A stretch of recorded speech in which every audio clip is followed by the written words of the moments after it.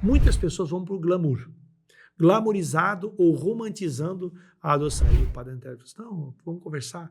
Esse que foi? O que aconteceu? Daí eu falei assim, mãe, não quero mais ser padre, eu sei o seminário. Minha mãe, pega a mala e volta para o seminário.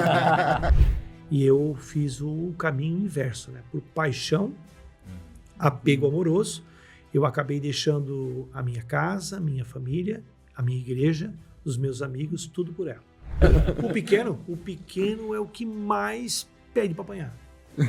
Todo dia ele faz as coisas para ser punido. Ele tem que conviver com a realidade dos filhos, a realidade da adoção e a realidade dos traumas e rejeições e os desafios. E quando você coloca tudo nessa panela, sai essa coisa maravilhosa chamada família, que é um presente de Deus, é maravilhoso. E que Deus dá a graça, né? Meu, e quanto dá? E quanto dá?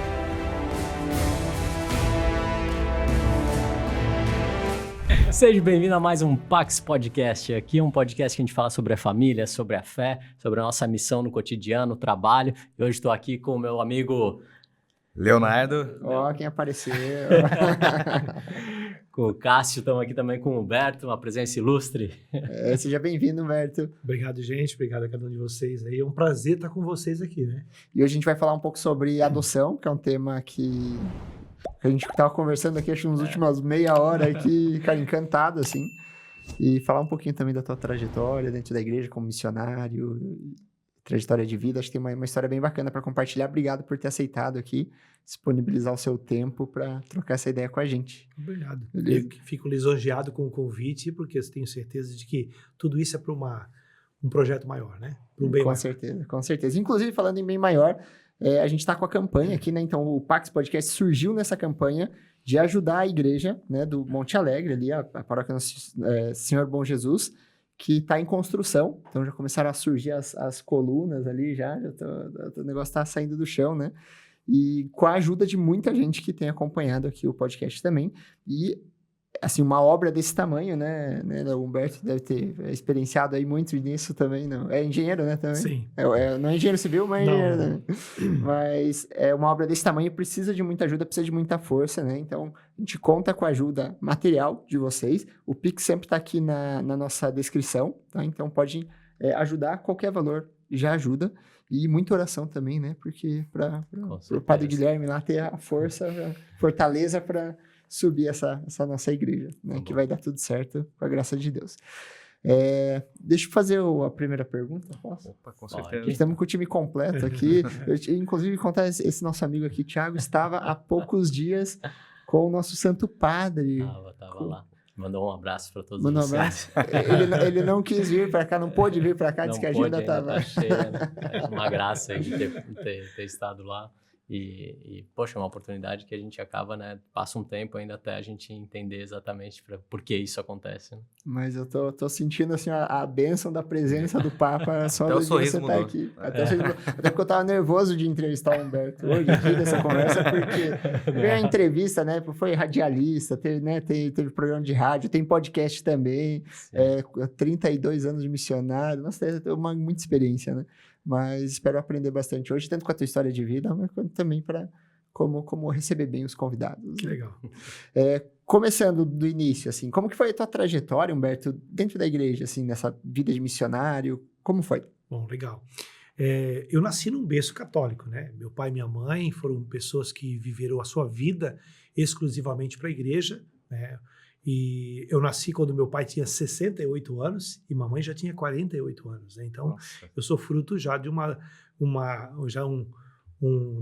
gente não pode dizer que já é o tardio, né? O que é raspa de tacho, que a gente não fala essas palavras, mas assim, sou fruto de um amor que Deus tinha, um projeto de Deus. Então, desde pequeno na igreja, junto com o pai, com a mãe, sempre senti o desejo de ser padre. Então, desde os meus 5 anos, eu tinha o desejo de ser padre. E eu alimentava esse desejo com todo o meu coração. Sofri bullying no colégio, pessoal debochando. As minhas brincadeiras a minha mãe fez a roupa de padre, eu brincava com os meus soldadinhos de chumbo, botava eles lá para poder rezar a missa, né, cortava banana e fazia eucaristia. Desde pequeno fui coroinha. E quando tinha 12 anos para 13 anos, eu já tinha terminado, na época, os estudos, e eu fui para o seminário. Então foi assim, um despertar, o meu desejo de ser padre. Eu fui para o seminário de Azambuja, e lá fiquei durante 5 anos. né, no seminário. E cheguei aí já no finalzinho indo para filosofia. Faltavam só 5 anos para me ordenar padre quando eu desisti da vocação. Foi assim, bem bacana, porque Deus tem um projeto. Eu tinha um desejo muito grande de ser padre, mas não era o desejo de Deus. Quando a gente falava um pouco antes sobre o desejo de Deus, a gente entende isso só com o tempo, porque vocação acertada, vida feliz. E eu tinha o desejo, sou um apaixonado pela igreja, só que eu talvez não tivesse entendido qual era o meu chamado. E aí, um dia de finados, eu vim para casa, e eu me lembro que cheguei em casa, né, seminarista, tinha um grupo de jovens, no sábado à noite, o nosso grupo de jovens Jucre, e logo depois do grupo de jovens o pessoal saiu para dançar. Né? O pessoal costumava sair para um lanche e ia dançar. E aí eu fui perguntar para meu pai e para minha mãe se eu podia ir junto com os jovens, né, para acompanhá-los. E minha mãe disse, não, tá louco, seminarista não dança, não sai à noite, aquela questão toda, né? E aí outra coisa, hoje é véspera de finados, é dia de todos os santos, tá cheio de alma penada por aí, que não sei, aquela questão toda. Beleza, fui para casa meio chateado, porque eu queria ter ido com eles lá, sair com o pessoal. E aí, quando cheguei em casa, o inimigo veio no coração da gente, né, na orelha, e disse assim, teu pai e tua mãe tomam remédio para dormir. É verdade, cara. Deixei o pai e a mãe dormir, pulei a janela e fui para onde Tinha estava. quantos anos aí? Tinha aí 16 para 17, quase 17 anos já. E eu fui lá. Cheguei lá onde eles estavam, e aí nem sabia dançar, cara, não sabia nada, mas estava lá no meio da turma e tal. Mas, de repente, uma moça me chamou lá, vamos dançar? Eu disse, não sei dançar. Mas eu te ensino, vem cá, tal. E era uma danceteria chamada Escadão, na época, que tinha várias pistas de dança ali em Balneário. E me levou uma pista que era de música lenta. Aí chegou lá e acabou me deu um beijo, cara. Me deu um beijo e naquela hora eu descobri que eu não queria mais ser padre. Cara, veio assim, não vou mais ser padre. Instantâneo. Tá, ficamos ali conversando, tal. No dia seguinte, domingo, eu tinha que voltar para o seminário. Voltei para casa, minha mãe e meu pai não souberam isso depois de anos, né? Mas aí voltei para o seminário com a decisão de que eu sairia do seminário. Aí no domingo à noite chamei meu orientador, falei para ele, não, pera lá, calma lá, o que houve? Disse, não vi nada, só decidi que eu não quero mais ser padre. Também não contei para ele. E aí chamou meu pároco veio, ele tem vocação, é assim, vai bem, tal, né? Vamos tentar aguentar. Não, já está decidido, minha mala está pronta, eu quero ir embora. E pode ser, se você não deixar, eu vou abrir a porta e vou embora. E aí vim para casa. Quando eu cheguei em casa, naquele dia, na segunda-feira, com o padre Antero que me trouxe, minha mãe chegou, me viu no portão lá, perguntou, o que aconteceu? Daí o padre Antero disse, não, vamos conversar. Esse que foi? O que aconteceu? Daí eu falei assim, mãe, não quero mais ser padre, eu sei ensinar. Minha mãe, pega a mala e volta para o seminário. Eu disse, não vou voltar mais. Então aqui também não te quero. Aí foi um trauma, assim, foi uma dor muito grande. Minha mãe dizia que não me queria em casa. Meu pai mais velho chegou e disse, calma, vamos conversar, entra, guarda as coisas, vamos conversar. Conversou, e ali eu comecei minha vida normal, fora do ambiente de seminário. Aquela menina, nunca mais a vi. Até hoje, talvez eu assista o podcast. Fui eu. Eu sempre falo isso, é onde eu vou pregar. Então, né? Mas ela te tirou... Não. Muito pelo contrário. Né? Talvez naquela noite, como uma alma, Deus usou dela para poder fazer um projeto maior. Talvez eu pudesse ser padre, me tornaria um padre frustrado, um padre não feliz na vocação, um padre que não daria o 100% que a igreja, para a igreja aquilo que merece. E aí, não encontrei mais, fui tocar minha vida, e tocando a minha vida, conheci uma pessoa, comecei a namorar, ela era mais velha do que eu, ela era de outra religião, e eu fiz o caminho inverso, né? Por paixão, apego amoroso, eu acabei deixando a minha casa, a minha família, a minha igreja, os meus amigos, tudo por ela. E essa paixão não foi muito longe, 1 ano e pouco depois, ela terminou o namoro, a gente acabou o namoro, justamente porque a briga foi daquela assim, quando a gente casar, vamos casar na igreja católica. E ela disse, não, porque... E a gente acabou, não, tem que ser a católica. Então, se é para ser lá, vamos acabar agora para nem continuar mais. E aquilo me frustrou assim, muito grande. E eu volto para casa. Imagina. De novo, né? De novo, eu volto da minha vocação, que era um sonho meu e da minha mãe, do meu pai, que não foi realizado. Aí eu volto para casa, sou acolhido novamente com as contradições, vou para o mundo, me apaixono por uma mulher que rouba o lugar da minha mãe, pensa minha mãe, coração da minha mãe, que tudo era para aquela outra mulher e não mais para minha mãe, filho único, dentro de casa. Ah, era filho único. Meu pai ainda. tinha 8, mas a minha mãe tinha um só. E aí, pensa, daí eu voltei para casa. Quando cheguei em casa, minha mãe perguntou, o que foi? O que você quer aqui? Daí eu disse assim, foi assim, assim, assim. Bem feito. Minha mãe disse, bem feito. Descascou, mas falou um monte. Eu chorei, fui pro quarto chorando, meu pai. O pai teve 3 casamentos, né? O pai teve experiência, vou conversar com o pai. Né? Fui conversar com ele, mas eu não podia ficar bravo, que o alemão era grande, né? A envergadura dele era 2 metros, né? Eu falei, se pegasse, e a coisa ia ficar feia. Daí meu pai falou uma palavra, bem feito. Cara, aquilo doeu na minha alma. E meu pai me falou, deu uns conselhos, tal. E eu lembrei, domingo era dia do grupo de jovens que se reunia atrás da igreja. Vou pra lá. Cheguei lá atrás da igreja, cara, parecia que eu tinha lepra. Onde chegava, os caras saíam de perto de mim. E até o mais velho do grupo chegou perto de mim e falou assim, o que você tá fazendo aí, cara? Não sei o quê, novidade você aqui. Eu falei, o que aconteceu? A minha namorada terminou um namoro comigo, assim, bem feito, abandonou o grupo de jovens, abandonou todo mundo, não sei o quê, papapá. Não sei o quê. Aí tá, fiquei isolado lá, fui na frente da igreja do Bom Jesus ali. Os irmãos do filho pródigo, né? É o irmão do filho isso pródigo. Isso aí. Na frente da igreja Cagado, guri cagado, né? Isso aí. Bem na frente da igreja tinha um ponto de ônibus. Era um ponto de ônibus. Onde é o Sicredi ali, saindo da frente do Sicredi ali era no Monte Alegre. Ali é onde eu morei, eu moro 46 anos naquele lugar, né? E aí eu fui pro ponto de ônibus e comecei a chorar, cara. Chorar no ponto de ônibus e tal. De repente passou um moleque de bicicleta, um cara que conhecia do bairro, e ele parou a bicicleta e disse, o que aconteceu, cara? Todo mundo conhecia o pai e a mãe, né? Aconteceu alguma coisa, o senhor Lindolfo falando a benção? Não, por que você tá chorando aí, cara?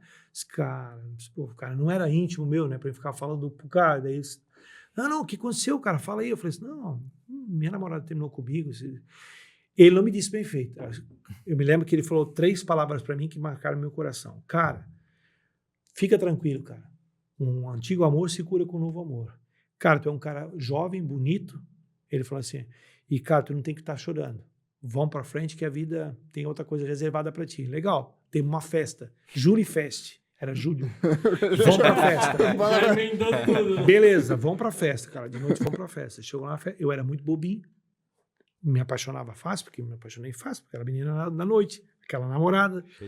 Cheio de vontade. Uma dor de cotovelo enorme, né?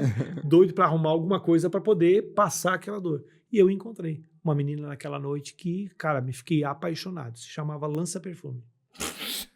Sério? E ela, na segunda noite, me apresentou outra amiga chamada Maconha, me apresentou para cocaína, me apresentou para o álcool. E do álcool fui para prostituição, daí fui para a vida do ruim e fiquei 2 anos e 2 meses vivendo uma vida totalmente desregrada, totalmente fora, perdi tudo que eu tinha, moral, dinheiro, recurso, carro, tudo foi jogado fora, né? Daí comecei a ir para criminalidade, né? Comecei a andar com pessoas ruins, traficante, cara que roubava, cara que fazia pequenos furtos, grandes furtos. E na época, cara, 91 para 92, era no Balneário estourado as casas de câmbio, troca de dólar no Balneário. Cada esquina tinha uma casa dessa. E tinha um cara que ele era dono de umas 10 casas dessas. E sempre se percebia que o cara movimentava muito dólar. Muito dólar. E aí a gente combinou, eu e 2 amigos, que a gente ia assaltar o cara. Nós vamos assaltar o cara. E a gente se reuniu num dia ali na frente da igreja, só que do outro lado, onde é o posto de gasolina hoje. Ali era um ratinho, tinha um negócio ali, a gente se reuniu, parou ali e começamos a arquitetar como é que nós ia assaltar, tal. Nisso chega 2 amigos, o Milton Antônio, que hoje participa da nossa comunidade já também, e o padre Jair, que na época era só o Jair, né? Chegaram, eu queria te ver, não sei o quê, que bom te encontrar aqui, tem um convite para isso. Eu quero convite, cara, quero saber com vocês. Não, convite, cara, para uma missa, cara, muito legal. Que missa? O que eu quero saber de igreja, cara? Não. Aí eu falo, sabia, não adianta, ele não é homem para ir na missa. Mas como é que é a história? Não, como é que é a história? Vocês estão malucos? Não, tu não é homem para ir lá na missa com a gente, uma missa carismática. Carismática, cara, eu tinha um ódio dos carismáticos, cara. Ódio dos carismáticos, cara. Poxa. E aí, cara, eles, não, tal. Não, o Padre Hélio tá fazendo umas missas de cura. Piorou, cara. O Padre Hélio, eu tinha mais ódio ainda, cara, do Padre Hélio. Padre Hélio da Cunha, cara. Eu tinha ódio daquele, porque eu achava que ele era um evangélico disfarçado para destruir a igreja, cara. O Padre Hélio da Cunha, Hélio da Cunha, que era... Que é de Camboriú também, não? Estava em Camboriú, teve na Fazenda, teve em Florianópolis. Hoje ele está na paróquia São João, em Itajaí. E aí, cara, mas o cara desafiou que eu não era homem. Tá combinado. Quando é que Foi essa pelo missa? orgulho, né? Quinta-feira que vem, cara. Então tá bom, quinta-feira vem. Que hora é? 8 horas, lá na igreja Santa Inês. Beleza, Tá quinta-feira eu marcado. tô lá, tá marcado, tá lá. E eu, meus amigos, foram embora, feliz da vida, e eu pé, né, com os caras, né? E aí os caras, e aí, o que agora, cara? Agora nós vamos fazer o seguinte, cara, vamos preparar o seguinte, esses caras, vou matar os caras quando acabar a missa. Vou sair da missa, vou matar os dois, cara, pra me desafiar. Não, vou matar os dois, cara, pode ficar tranquilo. E eu passei uma semana curtindo aqui no meu coração, ódio dos caras que me desafiaram. Fui pra lá, cara, pô, cheirei o que eu podia cheirar, cara, bebi uma garrafa de vodka antes de entrar na igreja, botei meu revólver embaixo do banco e entrei na missa, cara. Chapadão, né? Chapado. E aí, entrei, os dois amigos, um sentou de cada lado, começou a missa, cara, os caras batendo palma na missa, cara. Festa e coisa. Pá, que loucura, cara, os caras são malucos nisso. E pra mim era uma loucura aquilo lá, né? Mas tá, eu era Isso década homem de pra vir na 90 missa, ali. né? Década de 90. 92. Caraca, Né? tava nascendo. 13 de agosto de 1992. 8 horas e 15 minutos. Eu estava na igreja, conhecia o rito da missa normal, tá? Foi indo, não teve nada no perdão, que eles eram acostumados a carismático, fazer aquele negócio de perdão, aquelas coisas todas lá, não teve nada daquilo. Veio um glória, cantaram glória, aleluia, tal. Veio a leitura, padre homilia. O padre começou a homilia dizendo assim: você que chegou hoje aqui sujo, mal cheiroso, drogou-se antes de entrar na igreja, chapado. Eu olhei para os dois assim, cara, quem é que me deu a fita pro padre? Quem que entregou a minha fita pro padre? Aí os caras, ninguém, cara, acabou com isso. Qual o tá falando pra minha vida? Que pata tá falando da tua vida? Tu tá ficando maluco. O cara tá falando da minha vida. Aí começou a dizer, tua mãe chora toda noite, teu pai não sei o que lá, você que... Olha as tuas unhas, cara, tudo amarelado, né? Daí coisa. Pô, magro, não sei o que, tá, pô. Eu de frente, de lado, era igual, só a orelha que distinguia, né? Daí eu caí em mim, cara, e aí aquilo que o filho pródigo caiu em si. Cara, eu tô comendo lavagem, meu. Olha onde eu tô.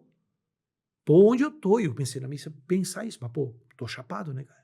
Isso é uma alucinação, não pode, eu não tô na igreja, não tô nada, não, eu tô chapado. E ficou. Aí veio, acabou a homilia, tal, veio tal lá, chegou a hora da consagração, pensei, pô, padre demorou na homilia, agora é rapidinho a missa para acabar. Sempre foi assim, né? Quando o padre estica na homilia, ele encurta na Eucaristia, né? E aí vai ser rapidinho para acabar, agora eu vou embora. Porque ele tava uma tensão, uma coisa dentro de mim, cara, uma angústia, queria ir embora, louco para poder tomar alguma coisa para sair. E aí veio, cara, a consagração, e o padre fazia a consagração, botava no ostensório e caminhava com Jesus na igreja. E lá ficavam proclamando uma oração de cura e tal. E quando ele começou a andar, eu sabia que era Jesus. Eu podia não admiti-lo, né? Mas sabia que era ele. E eu disse assim, olha, se é tu que está aqui, eu não estou tendo uma overdose ou alguma coisa, eu quero orar essa oração dos carismáticos. Eu não pedi para ser curado, não pedi para nada, cara. Eu queria que ele me provasse que era verdade e eu queria orar a oração dos carismáticos. Quando chegou 3 bancos antes do meu, que ele passava no meio dos bancos, cara, eu não aguentei meus joelhos, caí de joelho no chão e a minha boca começou a tremer, comecei a orar, tentei trancar minha boca e eu repousei. Aí apaguei. Quando eu acordei, eles estavam dando os avisos da missa, no final da missa. Acordei, levantei, sentei quietinho no banco lá e eu olhei, todo mundo olhava para mim, cara. Não sabia o que tinha acontecido, né, cara? E eu olhei quieto, eu perguntei para os caras, o que aconteceu? Daí um deles falou para mim assim, cara, você foi batizado no Espírito, assim. Batizado no Espírito, cara? Como assim? Daí o outro disse, cara, tu é uma nova criatura agora, cara. Tá, o que é isso? Batizado por nova criatura? Mas fiquei quietinho, né, cara? Ali quietinho, o cara dando aviso, tal, isso, aquilo. De repente eu olhei pro pé, porque meu pé começou a pegar fogo, cara. Pé foi subindo, calorão. Quando chegou na garganta, eu não consegui mais ficar sentado, eu pulei e comecei a gritar, eu fui batizado no Espírito, eu sou uma nova criatura. Eu não sabia nem o que estava falando, mas aquele que veio, eu gritei e fui embora, né? Peguei e fui embora, dali de Santa Inês até no Monte Alegre, de pé, correndo. Gritava para todo mundo que tinha sido batizado no Espírito e tal. Cheguei em casa. Euforia grande. Assim. Euforia. Deixei carro, deixei tudo. Cheguei em casa, pulei o muro da minha casa, bati na porta, minha mãe veio. Que foi, meu filho, assustado? Mãe, eu fui batizado no Espírito. Meu Deus, o que te deram, meu filho? A minha mãe ficou apavorada, né? Não, entrei. E ali eu pedi para ninguém abrir o quarto, a minha mãe não abriu o quarto, não deixar ninguém entrar. Eu fiquei 7 dias no meu quarto, sem comer, sem beber, sem ir no banheiro, sem tomar água, sem nada, no meu quarto. E ali eu tive uma experiência de saber o que é o céu e o que é o inferno. O demônio entrou no meu quarto, tivemos várias conversas, ele me arranhou muitas vezes, foi assim uma luta muito grande, eu não sabia nada, nunca ouvi falar de luta espiritual, combate espiritual, possessão, dominação, nunca. Eu sabia das coisas da igreja, do estudo, mas nunca na demonologia. E ali eu fui tentado por ele muito. Chegavam as pessoas à minha casa, queriam falar, minha mãe, não, ele disse, não quer que saia do quarto, não vai sair do quarto, não quer sair, minha mãe queria trazer comida, eu não queria comer. E no 7º dia eu pedi para minha mãe que eu não tinha mais força, eu queria tomar um banho. Minha mãe levou para o banho e ali foi a pior experiência da minha vida com a minha mãe. Cheguei no banheiro, não tinha força, no chuveiro, a minha mãe começou a tirar minha roupa, puxar. Mãe, para, mãe. Mãe, eu sou um adulto. Meu filho, todo dia eu te recebo em casa, vomitado, cagado, mijado, drogado, te dou banho, te boto na cama. E eu nunca vi aquilo, cara.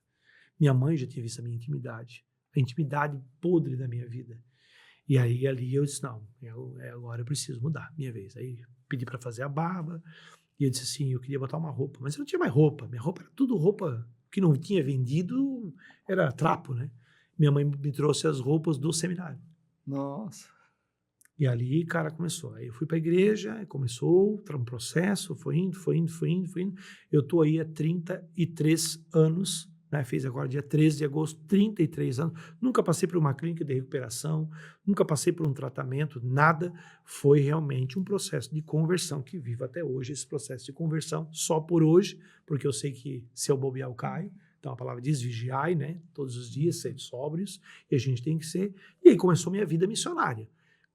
Voltei a cantar na igreja, voltei a tocar e cantar, montamos o primeiro ministério de música, o Agnus Dei, depois fomos mostrando o Sarça Ardente, montamos o primeiro grupo de oração adulto, como participar do grupo de jovens, aí encontrei a minha esposa, a primeira esposa, a Cláudia, né?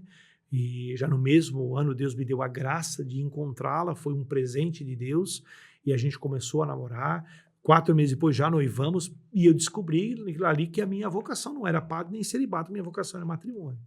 Casei com a Cláudia, ficamos 26 anos casados, né? 4 anos e meio entre namoro, noivado, até construir a casa, casamos, ficamos 26 anos, veio o Pedro, que é filho adotivo também, nós dois não podíamos ter filhos, fizemos todos os exames e durante 26 anos não tivemos filho, adotamos o Pedro. Vocês adotaram depois de alguns anos, né? 5 anos. 5 anos de casado, nós adotamos o Pedro Henrique, né? Então, o Pedro Henrique veio, por isso Pedro Henrique, pedra preciosa, porque numa das noites de oração com Jesus, a Cláudia era uma mulher muito temente a Deus, e eu era um cara que trazia todos os vícios do mundo, né? E aí a gente tinha uns embates feios, né? E um dia na minha oração eu disse para Jesus assim, te pedi uma mulher para me levar para o céu e tu me desse uma pedra de tropeço, porque ela era combativa, né? E graças a ela me ensinou o caminho de santidade, para poder viver uma santidade. E aí, naquela luta toda ali, quando o nosso filho nasceu, Deus tocou no meu coração. Eis a tua pedra preciosa, aprende a polir.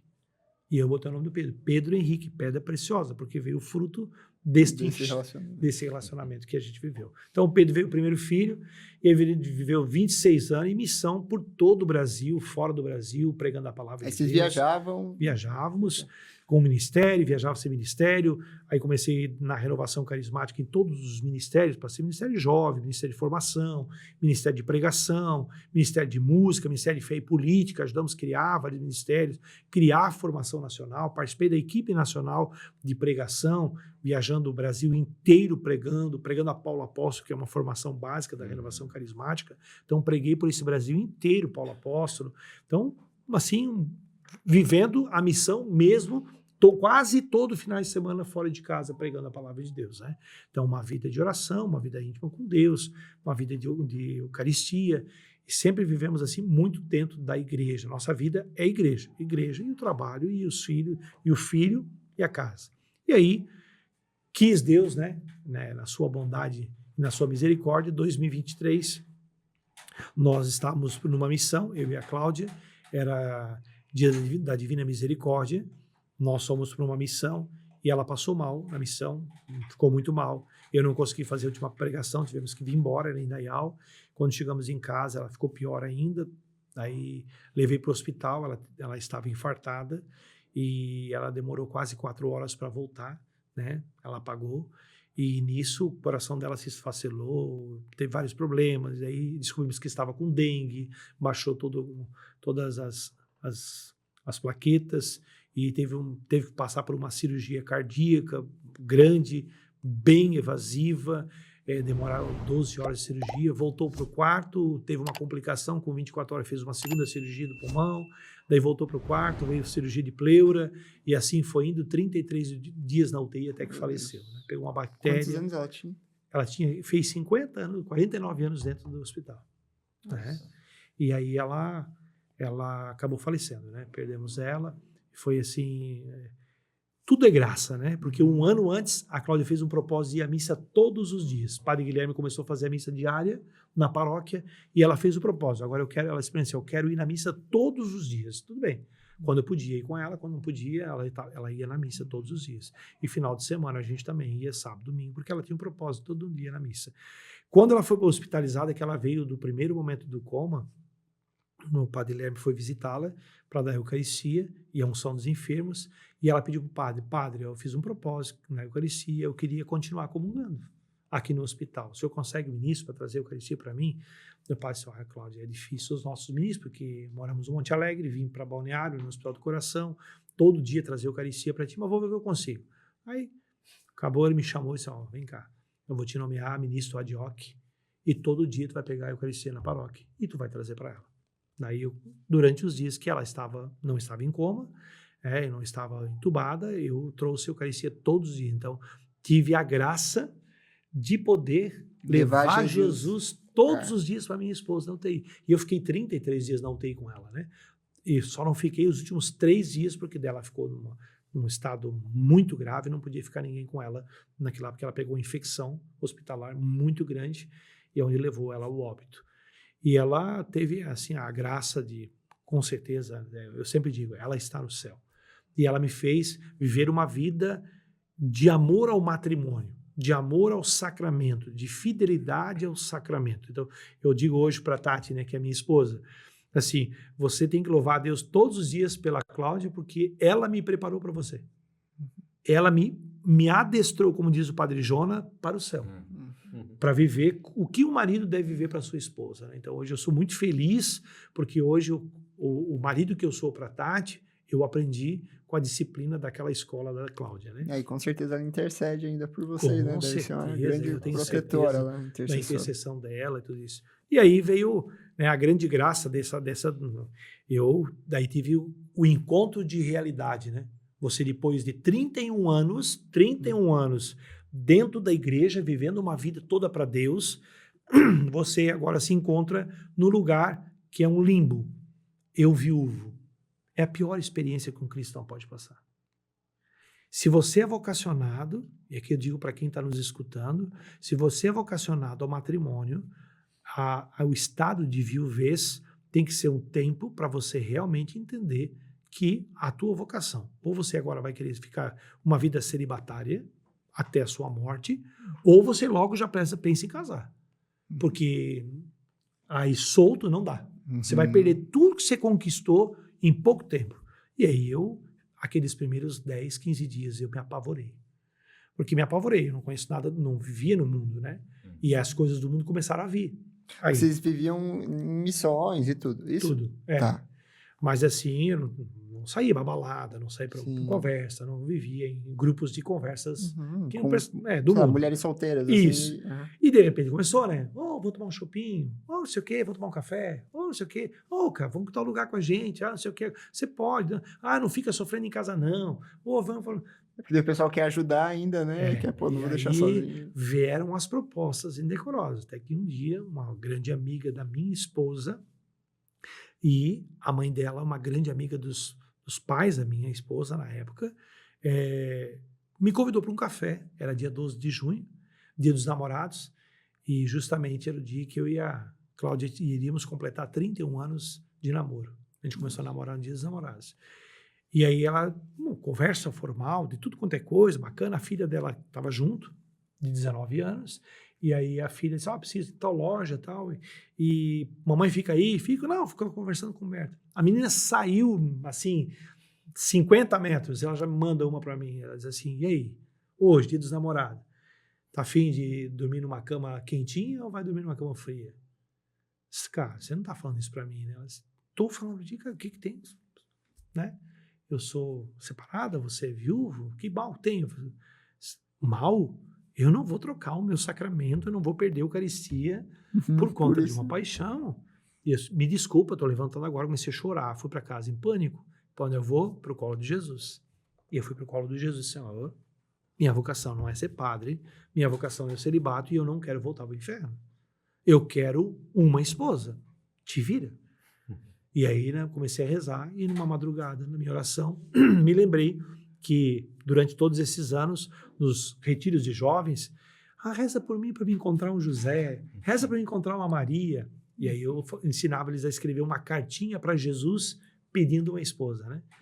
E aí eu disse, vou escrever a minha carta, né? E peguei e escrevi uma carta para Jesus. Jesus, eu quero uma mulher assim, assim.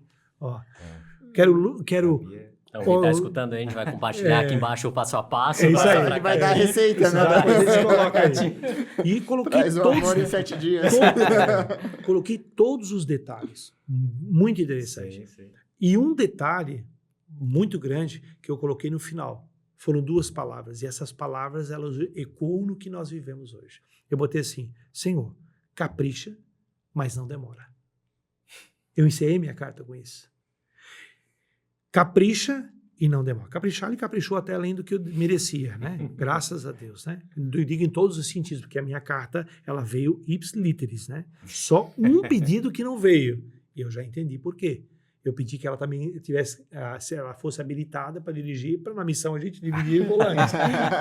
E a Tati não era habilitada, mas eu entendi hoje por quê, logo ela vai ficar habilitada. E o não demora. Esse não demora tem a ver com o que nós vivemos hoje. E aí, no dia em que minha esposa faleceu, no dia seguinte, sozinho dentro de casa, eu resolvi fazer eu fazia live todo dia, contando dela, como estava. Isso foi em que ano? Só para me situar. 2023. 23, é bem recente. E aí, no sábado, minha esposa faleceu, enterramos ela, no domingo eu fiz uma live. E nessa live, eu falei de tudo que aconteceu, todas as graças, todos os presentes, a presença de Deus, tal. E mais centenas de pessoas escreveram, comentaram na live. E aí, o que eu vou fazer? Sozinho em casa. Ninguém em casa, né? Todo aquele turbilhão de hospital acabou. Eu vou ler as minhas mensagens, responder e agradecer os irmãos que rezaram por mim. Quando eu cheguei numa mensagem, que eu cheguei naquela mensagem, Deus fala no meu coração, presta atenção. Presta atenção. E a mensagem diz assim, força aí, irmão, estamos orando por você. Fui ver Tatiane. Nem sei quem é a Tatiane, eu li. Aí eu olhar quem é. Da comunidade Filhos da Cruz. Ela é membro de uma comunidade, pertencia a uma comunidade de vida. E eu disse, que benção. E eu conheci o fundador dela foi um irmão de missão, de caminhada, e ele disse para mim várias vezes, estamos rezando, aqui a comunidade toda está rezando por você. Agradeci as orações e ponto final. Né? E continuei rezando. Passado um mês desse primeiro contato, eu postei também no domingo de manhã. Hoje é o dia mais difícil, porque domingo lá em casa é de fazer churrasco, fazer uma maionese, fazer o café da manhã, botar na mesa o filho e a nora vindo lá para casa com o neto, a gente sentar. Era aquele dia, eu sozinho, na mesa, só com a minha xícara de café, fiz um post. Hoje é o dia mais difícil, só isso. Logo em seguida, ela vem e comenta, eu te entendo bem, irmão, o que é isso? Acabei de falar isso na casa da minha cunhada. E aí, Deus fala para mim, presta atenção.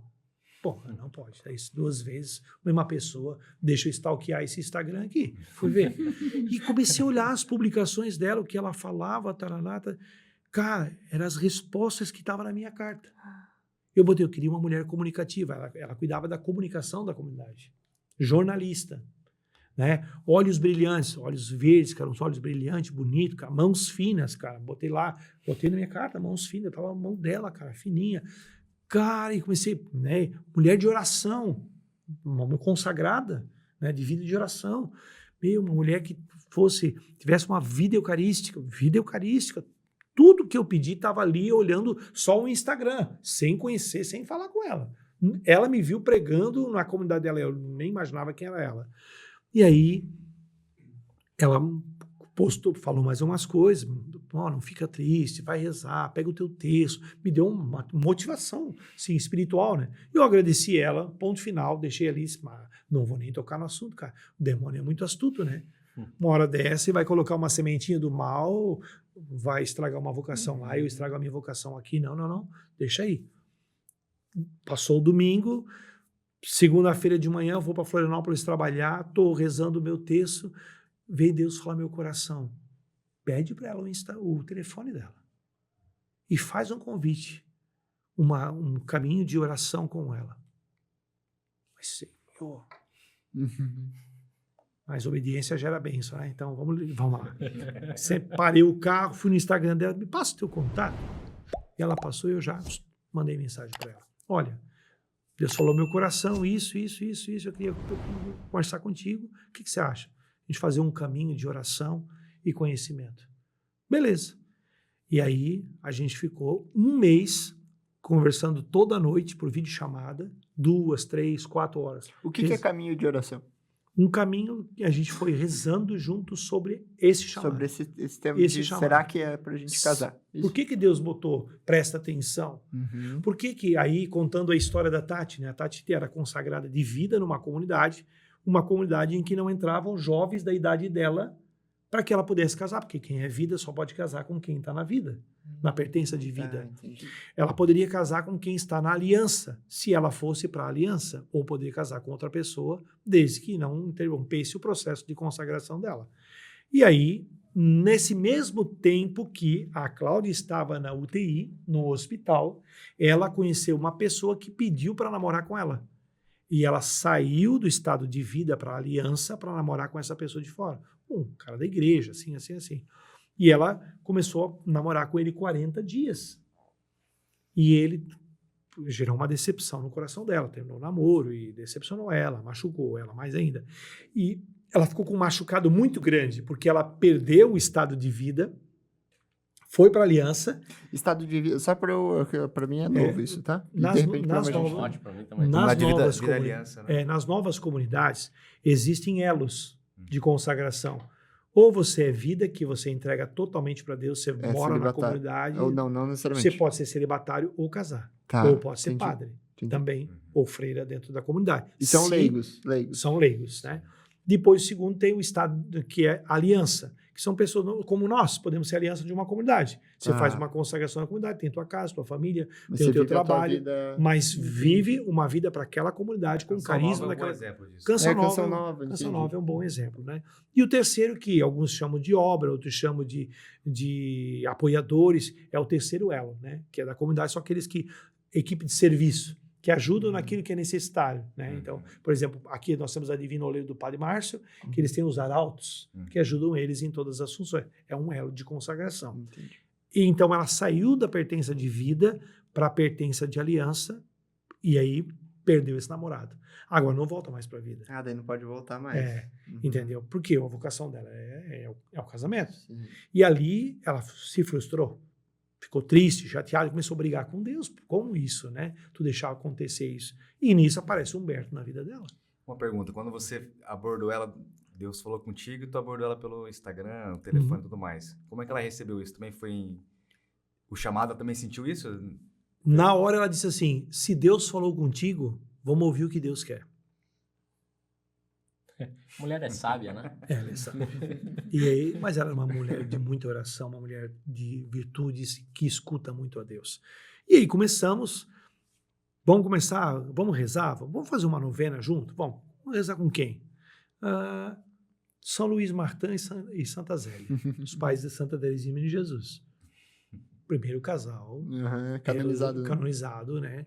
E juntos, né? Então, vamos rezar com eles. Se tiver alguma coisa, os dois vão ter aí uma intercessão forte. Fizemos uma novena, fizemos aí uma quaresma ali rezando junto, naquele tempo, mais 2 novenas, e todas as noites nós tínhamos um tempo para falar da vida, que a gente fez, contar as nossas misérias, nossos erros, nosso pecado, nosso passado, nosso presente, o que a gente estava fazendo, o sentimento da gente. E nisso começou a despertar um sentimento. E foi despertando um sentimento. Era bom conversar com ela, era bom rezar com ela, era bom estar naquela presença de videochamada com ela. Ela morava onde? No Rio Grande do Sul, Ah, tá. lá em Guaíba. E aí eu disse para ela assim, isso foi em junho, né? Em maio a Cláudia morreu, em junho nós começamos a conversar, dia 20 de julho eu fui conhecê-la pela primeira vez. Daí eu fui na casa dela, conversei com ela, conversei com a mãe dela, conversei com o fundador da comunidade, a qual ela ainda estava consagrada na comunidade, e eu pedi para namorar. Ele não deixou. Ele pediu para a gente esperar 6 meses. Né? Porque vocês... também era recente ali, né? É. Talvez ele quis ter uma atitude de prudência. Tal. Beleza. A mãe dela disse que... Né? E aí só que esses 30 dias, e eu tenho um amor muito especial para o Padre Guilherme, que é um cara fora do comum, e ele me orientou muito bem sobre isso. E o meu diretor espiritual, na época, o Padre Hélio, que foi quem me casou, meu primeiro casamento, aquele cara que eu odiava, passou a se tornar meu grande amigo de missão, meu diretor espiritual. E ele disse assim, filho, eu vou dizer uma coisa para ti. Melhor casado que se abrasar. Então, assim, tu tá carente, tem tudo isso aqui, com prudência, reza bastante, discernam vocês dois para não se machucarem, porque agora é a hora que mais machuca se vocês fizerem uma besteira. Beleza. E aí, dia 20 de julho, eu espero, quer namorar? Quero. Começamos a namorar. Dia 20 de julho namoramos, dia 19 de setembro noivamos, dia 20 de janeiro de 2024 casamos. Né? E capricha, mas não demora. Nós não demoramos para casar. Porque Deus ardia no nosso coração o desejo de casamento. Ela rezou 15 anos para casar. E uma das palavras que Deus deu para ela lá há 13 anos atrás, Deus disse assim, de terras distantes trarei o teu amor. Não. É uma promessa. Né? E a importância da fidelidade, né? De ela assim, se mantendo, né, Sim, fiel e ela tudo. teve decepção, teve seus namoros, Isso. teve sua vida antes. A Tati tem uma história muito bonita, muito bonita. O processo de conversão da Tati é muito bonito, porque a Tati viveu uma vida, não uma vida mundana, mas ela viveu uma vida de ocultismo. A Tati foi bruxa, né? Então ela teve uma conversão muito grande. Né? Ela renunciou realmente uma consagração que ela tinha para viver uma nova consagração. Então ela saiu do inferno para viver uma vida de santidade. E realmente tem uma história. Então ela passou a se tornar uma mulher de Deus totalmente para Deus. E ali, Deus lapidando ela. Aqueles 15 anos que ela viveu na comunidade foram um tempo de lapidação mesmo para a vida a dois. Eu sempre brincava com ela quando eu namorava. Assim, cuidar dos filhos dos outros não é que nem cuidar do filho da gente. Casamento não é o que todo mundo pensa. A vida a dois é bem diferente que a vida de namoro. Né? Então tem tudo isso, tem renúncias, tem assim. E aí a gente começou a se preparar. E ela realmente sonhava, tinha esse desejo. E a gente casamos, nos preparamos bem para casar. O nosso padre que nos casou era o diretor espiritual dela, que hoje é o meu diretor espiritual, porque o padre Hélio acabou não conseguindo mais dar direção, e eu pedi para ele para poder se afastar, e pedi para o diretor, ele rezou primeiro, para ver se ia me pegar 6 meses também ou não? Hã? Ele rezou 6 meses também? Não, ele rezou 4 meses. Ficou no pedido entre a decisão para poder me acompanhar, e realmente ele é um homem muito de Deus, né? O padre Maicon, lá do Rio Grande do Sul, que faz a direção mensal com ele pelo vídeo chamada. E aí começamos uma vida dois. E aí essa palavra não demora. Não demorou para noivar, não demorou para namorar, não demorou para casar. Tudo era muito rápido. E 1 mês de casado, ela engravida. Pensa Humberto, que esperou 26 anos de um casamento. Para mim, eu já havia sublimado a função de ser pai. Mas nunca desisti. Sempre pedi para Jesus nas minhas orações, mas também deixe, Senhor, seja feita a tua vontade. Tu conhece o meu coração, sabe o meu desejo, né? Mas te oferto. Tinha o Pedro, a Cláudia dizia assim, não vamos adotar mais não. O Pedro já começou a dizer assim, não adota mais ninguém não. Tá bom assim. Tá bom assim, né? Xereta do vô e da avó, xereta da outra avó, xereta do pai e da mãe e tal, beleza. E aí, quando nós começamos a namorar, o Pedro até disse assim, é importante isso, que o Pedro falou assim, pai, Namora, tu tem que namorar, tem que ser feliz, tal, mas não arruma filho, não. Vai fazer tudo aquilo que tu e a mãe não puderam fazer, pai. Vai viajar, vai passear, vai curtir um pouco a vida, vai descansar, tu já tá com 50 anos, assim, foi deixando. Tá bom, filho, beleza. Casamos um mês depois da Tati grávida, né? Aberto àquilo que é a promessa do casamento, aberto aos filhos. E foi um presente de Deus e aquilo assim, eu não te esqueci. Eu não te esqueci. Eu te honro, né? E ali foi um presente de Deus. Só que daí, 6 semanas depois, a Tati ela pegou dengue, né? E acabou perdendo o bebê. Foi um trauma pra gente, porque a primeira eu perdi dengue. A dengue causou todo o problema. Ela com dengue eu me apavorei, aí perdemos o bebê, foi um trauma, assim. E eu não culpei a Deus, não briguei com Deus, mas fiquei triste porque ter perdido. Mas assim, eu te dei, né? Eu te dei. Mas não compreendi por que não foi adiante a gravidez. Aí um olhou para o outro olhou para o outro e disse assim, pô, vamos aproveitar para fazer o curso de adoção, porque era um desejo dela e um desejo meu. Nas nossas conversas já tinha isso. E ela, o TCC de jornalismo dela foi sobre adoção. E assim, vamos fazer, vamos. Então vamos, fizemos o curso, matriculamos, fizemos o curso, tudo certinho, passamos. Dia 29 de agosto nós fomos habilitados no processo de adoção. Agora todos estão aptos, podem adotar. Então tem lá busca ativa, é um canal que você pode ver as crianças que estão dentro do teu perfil, você já vê foto, vê tudo, é histórico, tem tudo lá. E também eles têm um processo no Sistema Nacional de Adoção que eles vinculam. Pega o teu perfil, o perfil das crianças e toda noite joga lá no programinha lá e vincula para poder ver se realmente quer continuar ou não. Dia 4 de setembro, durante a campanha eleitoral, nós somos vinculados com os três crianças. E foi um presente de Deus, porque quando eles foram vinculados, nós tínhamos 3 crianças, o nome deles, o meu coração e da Tati Ardilson, são os nossos filhos. Assim foi isso, né? Porque você pode aceitar ou não, tem um processo aí. Tem um processo, Você vai conhecer a criança, vai conhecer a história da criança, tem uma entrevista com a assistente social, com todo o laudo social daquela criança. Depois você quer dar o passo, quer conhecer as crianças, você tem por vídeo chamada um período, depois tem aproximação real, você fica 3 dias com a criança e depois você vai definir se você quer ou não continuar a aproximação ou quer ficar com a guarda provisória. Dia 19 de setembro, 4 de setembro, fomos vinculados, dia 19 de setembro fomos lá conhecê-los pela primeira vez, dia 10 de outubro trouxemos ele para cá. É rápido esse processo, então? Você escolhe. Você não demora. Não demora, foi o que eu pedi na carta. E eu não entendi que eu pedi para Jesus o não demora, só que ele já queria dizer para mim que ele tinha pressa. E a pressa que ele tinha na minha vida, na vida da Tati, não era uma pressa de nos casar, mas era uma pressa em atender 15 anos de oração da Tati, era uma pressa em atender para que eu não caísse e fosse para o mundo de volta, mas muito mais que isso, era uma pressa que ele tinha para salvar aquelas almas que lá estavam. Porque mais alguns meses, o Samuel, que tinha 11, ia para 12, ele ia ser separado dos irmãos para facilitar a adoção dos pequenos. Então nós não teríamos os 3 conosco. Então, Deus contou as horas certinhas para nos dar aquelas 3 crianças e colocar na nossa vida. Então, foi um presente de Deus, veio preencher a nossa história, a nossa vida, e do jeito que eles chegaram, com tudo que eles chegaram, diante de toda a nossa história, do jeito que chegou para nós. E foi isso há 1 ano atrás, mais ou menos? 1 ano atrás. Dia 10 de outubro eles vieram para nossa casa. 10 de outubro eles entraram com guarda provisória e dia 10 de fevereiro veio a guarda definitiva para nós. Deixa eu só fazer uma pergunta. Você falou sobre o perfil. O que é esse perfil ali? Quando você entra no processo de adoção, você vai fazer um curso.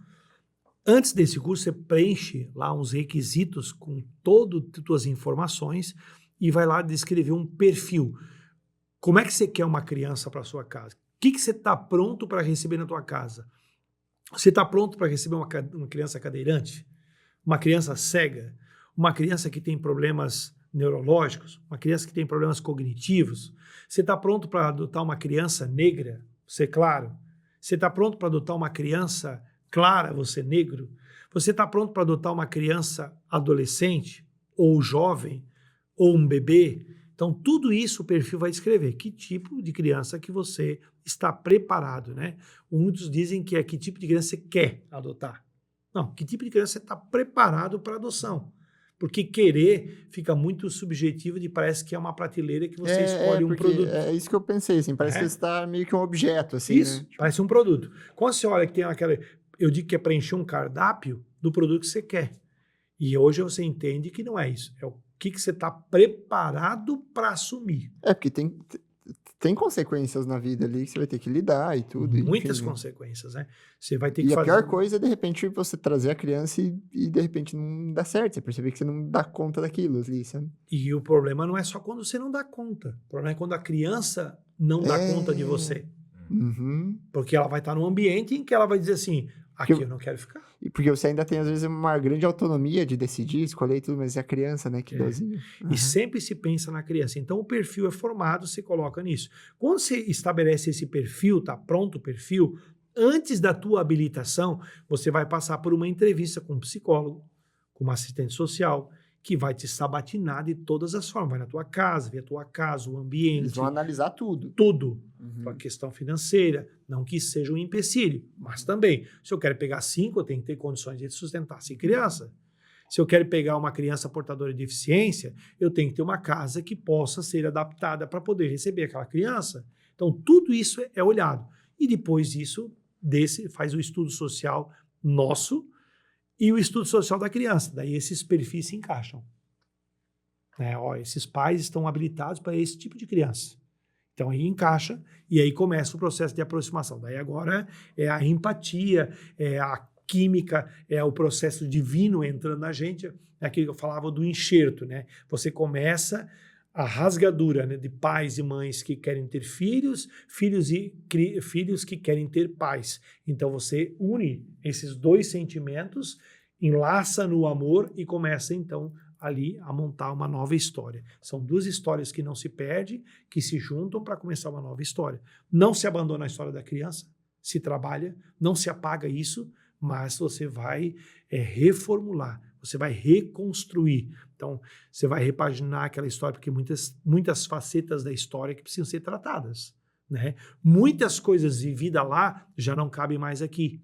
Então, elas precisam ser reconstruídas de uma forma melhor, uma forma curativa, de uma forma amorosa, muitas vezes com tratamentos, né? Então, precisa ser feito. E aí, juntou nosso perfil com o perfil deles, e eles vieram para nossa casa. E eles podem escolher também, eles podem decidir. Podem decidir que querem ou não. Tá. No primeiro dia que nós olhamos eles pela videochamada, primeira coisa, oi pai, oi mãe. Já, sim. Cara, Nossa, cara. te quebra o coração, né? Imagina. Porque o maior sonho de um pai é ser chamado de pai. O maior sonho de uma mãe é ser chamada de mãe. Né? E nós tínhamos certeza, sem ver fotos, sem ver nada, só vendo os nomes deles, nós tínhamos certeza, Deus ardeu no coração, que eles eram os nossos filhos. Quando a gente viu pela primeira vez as fotos deles, a gente ficou encantado, né? Que mandaram pra gente, né? Por e-mail as fotos. Daí, quando a gente viu o rostinho de cada um deles, o pequenininho chamando de papai, né? E isso, aquilo lá, daí a gente mandou foto para eles também, eles viram as nossas fotos, né? Então, ficaram assim entusiasmadíssimos com a gente, fomos conversando, trocamos ideia. Então, todo dia a gente falava com eles. A partir do terceiro dia, o pequeno já começou a dizer, quero falar com meu pai, quero ver minha mãe. Aí, eu queria falar com meu pai. Daí, todo dia a gente conversava com eles. E, assim, houve 3 fatos muito bonitos na história deles, assim, conosco. O primeiro é que a gente perguntou assim, pro pequeno, né? O que você mais gostaria de ter? E ele disse assim, eu queria ter um vô e uma avó. Né? Daí, assim, aqui você vai ter 2 vovô, 3 vovó. Você vai ter aqui. Então, não se preocupa que você vai ter aqui, porque os pais da Tati são separados, ele tem outra esposa, né? Você vai ter 3 vovó e 2 vovôs, você vai ter aqui de sobra, né? E quando a gente foi lá visitá-los, dentro do carro, a gente foi fazer um passeio, a menina disse assim, a menina tem 9, disse assim, o que eu mais queria era ganhar um vestido de cada cor, igual o arco-íris. Daí minha esposa disse assim, então eu vou te ensinar como é que ganhar um vestido desse. Nós vamos pedir para Nossa Senhora, que lá em casa, tudo que a gente precisa, a gente pede para Nossa Senhora. A gente pede para ela que ela peça ao Filho de Jesus, do jeitinho que a gente quer, a gente pede para Nossa Senhora. Se for da vontade de Jesus, vai vir. Se aquilo não vai nos prejudicar, não vai nos tirar da graça, vai vir. Se é para nossa santificação, vai vir também. E ensinou ela como rezar com Nossa Senhora. Eles nunca ouviram falar de Nossa Senhora. Beleza. Eles vieram para casa. E a gente ganhou coisa de muita gente. Roupa, brinquedo, isso tudo lá em casa. E aí tinha um grupo esperando a gente lá em casa quando eles chegaram e tal. Passou aquela euforia. No outro dia seguinte, fomos começar a tirar as coisas, botar no armário. E uma bolsa. Quando a gente abriu aquela bolsa, tinha 7 vestidos, um de cada cor, das cores do arco-íris. Tá zoando. Mamãe, olha o que Nossa Senhora mandou. Então, ali a presença da Virgem Maria na nossa casa. Então, assim, foram muitos presentes, muitas coisas assim, muitos testemunhos desta providência de Deus que a gente foi ensinando para eles, vivendo. Então, hoje, tudo, né? Quando eu fui buscá-los, eu trabalhava na Câmara de Vereadores, e nós tínhamos uma pequena empresa, né? Então, eu já havia saído da empresa, deixei para o filho, eu ficava mais como consultor da empresa. E eu saí da Câmara para poder disputar o processo eleitoral do ano passado, como candidato a vereador na minha cidade, Camboriú. E quando acabou as eleições, eu estava desempregado. E eu tinha que pegar 3 crianças. Imagina, desempregado. Como é que eu fazia aquilo? E a consultoria que eu fazia para o meu filho, ela era, cada negócio, eu ganhava um percentual do negócio, e a gente não tinha mais negócio. Ele estava tocando o que ele tinha que tocar, então não tinha recebimentos, sem nada. E agora, meu Deus, né? E agora, meu Deus? Estava chegando o dia 6 foi a eleição, dia 10 tinha que pegar as crianças. O que eu vou fazer? Vamos rezar, Senhor. Tu vinculou, tu deixou elas vir, tá lá para a gente pegar. Me ajuda, né? Não, agora é contigo, o impossível é teu, o possível é meu. Tem que buscar. Como é que busca? Você tem dinheiro para buscar? Era 1.300 quilômetros de volta, cara. Como é que vai Qual fazer cidade isso? que era? Lá em Xanxerê. Como é que tu vai fazer isso? Meu Deus, e agora, Senhor? Não, vou na fé, pedi o carro do meu cunhado emprestado, vamos passar no cartão, mês que vem Deus provê, Deus proverá, né? E só que tu tinha toda uma reserva, a gente sempre foi muito econômico com essas questões. Só a Tati trabalhando, o cartão dela, vamos acreditar. A gente saiu daqui 3 horas da manhã para buscá-los, né? E quando a gente chegou por volta de umas 8h15, 8h30, uma amiga, hoje é comadre, né? Ela é uma das madrinhas do filho pequeno, ligou para nós assim, olha, a gente queria ajudar vocês lá com as crianças, tal, e não sabia o que dar, né? Que presente, que roupa, tamanho, calçado. E a gente resolveu aqui no Movimento de Irmãos fazer uma coleta e dar um Pix para vocês, que vocês aceitam? Pô, né? Amém. O dinheiro do Pix foi o dinheiro exato para a gente ir, voltar e alimentação. Exato. Não sobrou e nem faltou. Né? Então, ele realmente honra a gente. Né? Então, foi assim, a providência. A providência das camas, a providência do armário, tudo. É que daí vocês tiveram que ir adaptando a casa tudo toda para receber as né? crianças. Uma mudança de vida totalmente. total. É como nós comprávamos 2 pãezinhos, né? A minha sogra veio morar com a gente, comprava 3. Passamos a comprar 12 por dia, né? Era um litro de leite para 4, 5 dias. Se prepara, que vão crescendo e vão crescer mais, né? E aí a gente passou a consumir 1 litro de leite por refeição. Então, tudo isso foi, mas tudo isso. E aí, o detalhe, eu falei do desempregado. Dia 10 chegamos em casa, dia 11, era uma sexta-feira, dia 14, eu estava empregado. Um amigo me ligou, ó, o cara aqui precisa do engenheiro sanitarista, tá tocando uma obra da EMASA, precisa tocar. O que você acha? Vamos lá ver. Fui lá, já saí empregado, comecei a trabalhar. Então, assim, foi uma bênção de Deus. Aí, em janeiro, finalzinho de janeiro, eu comecei a fazer uma consultoria para um compadre, e ele, muito querido, disse, cara, larga lá, preciso de ti aqui, cara, vem trabalhar aqui, tem 3 crianças, preciso te ajudar, cara, para te poder tocar a tua vida. Então, eu trabalho hoje numa construtora com meu compadre, tenho liberdade para cuidar da família, para poder dar a atenção que precisa, para levar no médico, levar aqui, levar lá.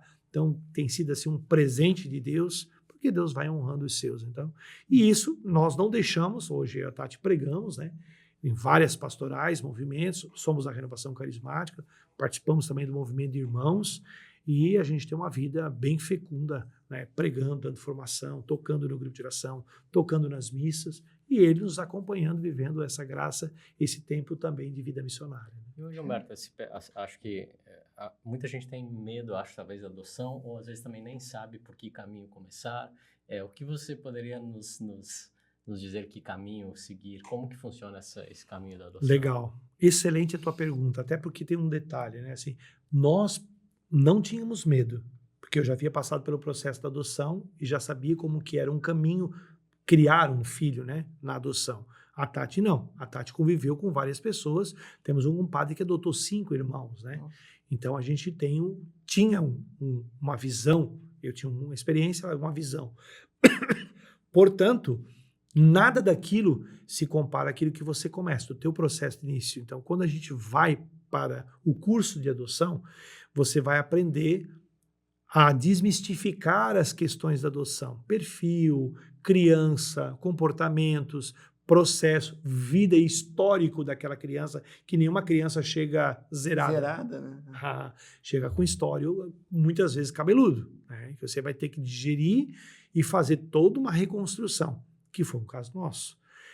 E aí a gente começou, nesse estudo, a ver isso. E aí, com isso, a gente entendeu a necessidade de montar lá em Camboriú, como tem em todas as cidades, um grupo de estudo e apoio à adoção. Para quê? Para desmistificar a adoção, para ajudar na escrita do perfil, para entender os problemas em cada fase da adoção, porque são vários problemas que tem, principalmente você pega perfis de adoção tardia, grupo de irmãos, né, crianças com problemas. Então, você tem que saber como lidar. Então, gerenciar esses processos. Então, a gente tem um grupo de estudo que a gente se reúne uma vez por mês e a gente traz pessoas que têm experiência ou são especialistas na área para nos ajudar a construir isso. Então, hoje as pessoas vão para a adoção e aí que eu coloco 3 pontos importantes. Muitas pessoas vão para o glamour. Glamorizado ou romantizando a adoção. Eu vou pegar um bebezinho, que coisa mais linda, pegar um bebezinho. Então, querem o quê? Uma criança clara, de olhos claros, e menina, e bebê. E não tem. Você vai ficar 10 anos na fila da adoção. Aí as pessoas ficam dizendo, porque eu estou lá há muito tempo, é muita burocracia. Não é burocracia. A burocracia está no perfil que você define, porque você não entendeu a sua capacidade de ser pai e mãe. Você não entendeu qual é a tua missão de ser pai e mãe. Né? Então, qual é o estágio que Deus está reservando para você naquela adoção? Seja um bebê, seja uma criança, uma adolescente, ou seja um adulto, porque tem adoção até 17 anos, 11 meses e 29 dias. Né? Pois ali elas deixam do processo de adoção. Então, existem adolescentes jovens que precisam ser adotados. E quantas famílias podem fazer isso? Mas não conhecem. Então, esse estudo ajuda as pessoas a se prepararem um pouco mais para a adoção. Então, o primeiro caso, a glamorização ou a romantização. Depois, a questão de identificar o perfil, né? Como me encaixo? O que eu posso? O que eu estou preparado para receber? Como que eu olho esse perfil? Não olho mais como um produto, mas eu olho como uma criança que chega para a minha vida e eu chego naquela vida. São 2 vidas que se encontram. E o terceiro é justamente se adaptar como pai e mãe na adoção. Porque quando você tem um filho biológico, você cria uma história com ele. Quando você recebe uma criança, seja uma criança de 30 dias, recém-nascida, ou de 1 ano, ela já traz um histórico. Histórico de ventre, que não é o da mulher. O histórico de convivência, porque se ela foi tirada e retirado o pátrio e o poder do pai e da mãe, tem alguma coisa muito grave ali, que o pai e a mãe não podem mais cuidar, é risco para aquela criança, então é tirada do pai e da mãe, dos seus genitores, para adoção. Então aquela criança traz muitos problemas, traumas, rejeições, enfim, muitas coisas. Então, você tem que estar preparado para essas situações. Às vezes tem gente que pode achar também que isso é determinante, né? Então, vou adotar a criança, ela vai vir já com esse histórico, e esse histórico ele vai ser determinante para a vida dela, e enfim. Mas não, né? Acho que é importante ter essa noção de que é justamente esse o papel do pai, que é conduzir o filho ali para... Tudo. Né? Porque até a gente, às vezes, você foi criado com seus pais. Sim. E pela história que você contou aqui, você teve uma queda gigantesca, Sim. né? Então, tava ali com seus pais biológicos, entendeu? E assim, católicos e, né? E que uma formação correta, né? Então, assim, ninguém tá imune a passar por isso, né? Então, acho que é bom, acho que também tirar isso um pouco da cabeça, né? De que tem desafios, né? Eu até queria saber um pouco de você, assim, quais os desafios que vocês, assim, né? Que você possa e queira revelar também. Claro. Desse processo ali, né? Porque você viveu isso, é algo que você entende muito, mas que você viveu há 20 e poucos anos atrás e agora muito mais, né? O Pedro, nós pegamos ele com 2 dias. 2 dias. Então, ele não tinha noção nenhuma de convivência. Só tinha os traumas interuterinos. E você sabia o histórico, sempre você sabe o histórico da criança, o que ela passou. No caso do Pedro, pouca coisa. Uhum. No caso dos 3, soubemos mais. Porque já tinha mais tempo, né? Então, ou teve mais, porque a da mãe teve 9 meses de histórico, Sim. né? Ela não queria uma gravidez indesejada, não quis, tinha ela- 2 filhos pequenos, ela resolveu dar para adoção, fez a entrega legal para adoção, né? E no caso dos 3, não, nos casos dos 3 foi retirado o pátrio poder porque eles viviam numa condição subhumana e eles foram, né, destituídos do pátrio poder porque as crianças estavam em cárcere privado, sofreram todos Meu os Deus. tipos de abusos possíveis, né? Então era insalubre em todos os sentidos as crianças permanecerem naquele lar, né? Saúde, convivência social, emocional, psíquica, física, sexual, tudo era insalubre naquela casa para aquelas crianças. Então eles tiveram que reaprender a vida. E aí vem o desafio que você me perguntou. O primeiro desafio é eles se encontrarem como pertença na tua casa. Entender, essa casa é minha. Isso. Eu Eu pertenço a essa pertenço casa. aqui. Aham. Eu pertenço a essa família. Já não moro mais lá. Agora esse aqui é o meu quarto. Essa é a minha cama. Aqui é o talher, aqui é a mesa, aqui é a convivência, aqui é o carro onde é que nós vamos, aqui é a escola que eu estudo. Sentimento de pertença. Depois vem o test drive. E ainda estamos em teste. Todos os dias eles te testam. Você vai querer ficar comigo mesmo? Vou ver até onde você resiste. Todo dia. É desafio. Então assim, mas desafio como? Desobediência, temperamento, agressividade, não vou, não sei, malandragem, preguiça. Não é porque a criança é má, mas ela já sofreu tudo que ela sofreu por não ter um pai e uma mãe. E esses 2 que estão chegando aí, eles vão fazer comigo o mesmo que os outros fizeram? Ou de fato vão me dar algo novo? Será que me amam, né? Será que nem sabe o que é amor? Porque o amor que viveram, que diziam que eram amados, não é o amor. Agora tem 2, um homem e uma mulher, que estão me falando que o amor é assim, que é assado. Peraí, vamos ver se vocês querem ficar comigo mesmo. Vamos ver se vocês são preparados. E às vezes é consciente e outras vezes é inconsciente. E aí que o desafio é grande, para saber o que é consciente e o que é inconsciente. O que é birra, o que é teimosia, o que é adolescência, pré-adolescência, que eu tenho 2, um de 9 e um de 12. Né? Tem uma menina. E eles lembram, né, das coisas, então eles Tudo. lembram da vida que eles viveram. E tudo, então Cada isso momento pesa, né? tem ali o seu déjà vu de lembranças que chocam a gente. Chocam a gente. E é triste. Então, assim, coisas que a gente não vai abrir, não pode expor aqui também, não expor as crianças, mas que chocam. E ver, eu vou contar 2 fatos para vocês, né? Assim, a minha sogra faz aqueles pão de casa, grandão, né? Que sai para fora da forma, grandão, né? E a Tati também faz esses pães. E aí um dia eu estava cortando o pão, ele viu aquela faca de cortar pão grande de serra, o pequeno entrou em desespero, mas em desespero, grito desesperado. E aí, meu Deus, foi, pergunta e vai, conversa e isso, aquilo lá. O pai cortava ele com aquela faca, né? Então, ele cortava, então fazia, eles têm marcas, então assim, né, foi triste isso. Ontem à noite fui desmontar um armário para montar e colocar o armáriozinho da bebê. E aí, quando fica a furadeira, ele entrou em pânico. Sou um griteiro dentro de casa e se agarrou e tremia e tal. Calma, meu papai. Ela foi lá levar para ele ver, eu furando. Lá, calma, filha, só a furadeira tal, o pai tá aqui. E ele apavorado tal, acabou o barulho tal. Eu disse, não, deixa para amanhã eu faço também quando eles não estão em casa. Tá tudo resolvido. E aí a Tati foi conversar e descobriu que ele pegava a furadeira e ameaçava, vou te furar. E ele criou um trauma com aquilo. O barulho da furadeira, ele relembrou que alguém ia furar ele, ia machucar ele. Como machucaram ele? Então, tudo isso criou memórias deles, né?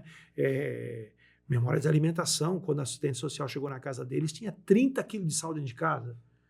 1 quilo de sal, pra gente, às vezes, a gente demora 1 ano para poder consumir numa casa. 30 quilos. Eles não tinham paladar. Eles sabiam o que era uma alimentação, conheciam e tal, mas não tinham paladar. Sabia que está muito salgado, está muito doce. Então, eles iam colocar o açúcar no café, eles não sabiam a medida de açúcar. Porque não tinham paladar. Né? O que era isso, que era aquilo. Então, comer, se alimentar, que tipo de alimento? A nossa filha, ela tem alguns problemas com algum tipo de alimentação, porque remete a algumas violências que ela sofreu e que, quando ela olha aquela alimentação, ela não come. Então, é todo um trabalho de poder. Já mudou muito, mas é uma resistência de pânico, de chorar, de travamento, por exemplo, no colégio, essa adaptação de colégio, apanhava na cabeça para poder estudar, bloqueios. TDAH, tá? É TDAH ou é opressão? Então, assim, né, de ocultar, não escrever. Por que não escreveu? Porque não deu tempo. Não é que não deu tempo. Pressão. A pressão no colégio. O professor, muitas vezes, não é maldade do professor. O professor tem uma turma para poder... Tem toda uma base ali que afetou. E aí não consegue mais copiar. Não trava. E aí copiou hoje, Samuel. Copiei tudo, pai. Chegou no caderno, não copiou. Não sei. Por que você não copiou? Não sei. Mas, cara, não deu tempo? Não sei. Não deu tempo. E aí, tudo que você fala, ele vai repetir, porque ele foi sempre autossugestionado. Então, esses são desafios latentes, sabe? Latentes do dia a dia. Corrigir. Samuel, eles tinham escassez de alimento. Então, quando chega na mesa, tem comida, ele tem compulsão alimentar. Então, você tem que reduzir. Então, chorava. Filho, agora deu 2 pãezinhos, tá bom, tá suficiente, filho. Um pedacinho de bolo, tá bom, filho. Né? Você não vai passar fome. Daqui a pouco você vai estar comendo. Chorava, lá brabo, porque impediu de comer. Agora ele tinha comida e não pode comer. Então, essas coisas. Tudo que você faz, sabe aquela criança que fica apavorada olhando quando você está fazendo uma comida, porque não sei o quê? Porque, claro, necessidade, né? Viveu a escassez plena naquilo ali. Então, para elas, chocou todo aquele fato que viveu. Então, são desafios, né? O desafio de acordar, o desafio de... Então, hoje eles têm postura, eles arrumam a cama, eles arrumam o seu quarto. E você percebe, assim, nesse tempo já... Você consegue notar a diferença? Porque, pô, eles, de repente, estão na casa de vocês, com, né, uma ordem inconcebível ali para o ambiente que eles estavam, e você começa a perceber essa diferença neles ali? Como que é isso? Muita diferença. Cada dia tu percebe melhoras também. Porque, assim, desculpa, né, mas dificuldade, tipo, acho que a gente tem todo mundo aqui um monte de filho e continua tendo. Meus filhos essas dificuldades que vocês têm, sempre vai ter, né? Filhos, nós temos também. Uhum. Essas normais, que são as dificuldades normais. Mas a gente tem algumas intransigências que têm sido superadas dia após dia. Né? Então, assim, por que eu tenho que lavar a louça? É regra, é obrigação, é exploração? Não, porque é a virtude da ordem. Então, sempre ensinar um porquê. Não é, porque eu estou te mandando. Não, eu não estou te mandando. Eu estou te ensinando. Lá na frente, Samuel, você vai casar, tua mulher vai ser feliz, vai dizer para os seus amigos, meu marido me ajuda em casa, meu marido sabe lavar uma louça, sabe fazer uma comida. Então, assim, o Samuel fica todo feliz, porque fala assim, né, elogio. Então, eu faço questão de fazer as coisas com ele, com as crianças, de mostrar, sempre com um sentido e nunca mais com uma opressão. Uhum. Então, aí tu começa a ver a evolução deles. Então, assim, o Samuel, tu não precisa mandar arrumar a cama. Todos os dias ele acorda, faz a sua higiene, arruma a casa, arruma a cama, vem para o café. E arruma a cama do irmãozinho. E vem para o café, porque é pequenininho, 3 anos, ele não sabe. Mas tem um quadrinho lá na parede que cada um tem suas tarefas do dia. Botar ração para o cachorrinho, tem para tirar o lixo, tem para isso aqui. Por quê? Porque eles vão criando a virtude da ordem dentro de casa. E esse é um processo que você fala que é integração familiar. Que aí eles sentem pertença e eles vão perdendo os medos. Né? A Gabriele já não demorou, acho que faz 3 meses que ela começou a me abraçar. Era um abraço muito frio, assim, sabe? Agora ela abraça, agora ela pega na minha mão, só que daí agora tem os cuidados de como que abraça, como que pega na mão. Eu não a coloco no meu colo de qualquer jeito. Ela não bota um vestido se não tiver com uma bermuda por baixo. Ela não pode sentar no colo dos irmãos, não pode sentar no colo dos tios, né? Que bonitinho, vem cá que o tio quer dar um abraço. Eu já digo, não dá abraço nela. É porque tem um histórico ali, ela precisa... Aí a gente pega o adulto e depois assim, lá na frente, vem cá, deixa eu te contar, por que eu te disse que não pode abraçar? Por isso. Tá, me desculpa. Não, tudo bem, tu não sabe, mas eu estou te falando. Então, a gente vai percebendo as mudanças nela. Então, assim, a alegria deles de ver as coisas, de ver o avô e a avó, de fazer as coisas, chegar em casa, ir para o colégio, chegar em casa e contar as coisas que fizeram no colégio, o processo que estão vivendo. Então, cada momento deles tem sido uma evolução. Então, tu vai percebendo uma mudança. Mudança de comportamento com a gente, né? De chamar pai e mãe, sempre chamaram. Mas, assim, é igual tu chama, oi, ô fulano. Agora não, agora tu vê que é um tom de pai, um tom de mãe. Mesmo quando, mãe, não! Criou um vínculo, né? É aquele mãe de filho biológico. Então, acaba criando isso. Então, da mesma forma que a gente vê os desafios, a gente vê também o crescimento. Dizia, né, o Samuel, eles nunca ouviram falar nada da igreja. O Samuel hoje conhece mais de 70 títulos de Nossa Senhora. O prazer do Samuel é desenhar as Nossas Senhoras. Então, ele sabe, ele desenha, ele fala. Às vezes, ele chega e fala assim, pai, eu aprendi um título novo, Nossa Senhora do Café. Tem isso.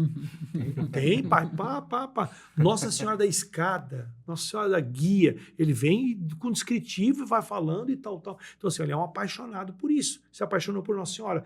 Nós fomos pregar um retiro de casais agora, final de semana passado, e eles foram conosco, porque não tinha suporte, né, para poder ficar com a gente, rede de apoio, e eles foram com a gente.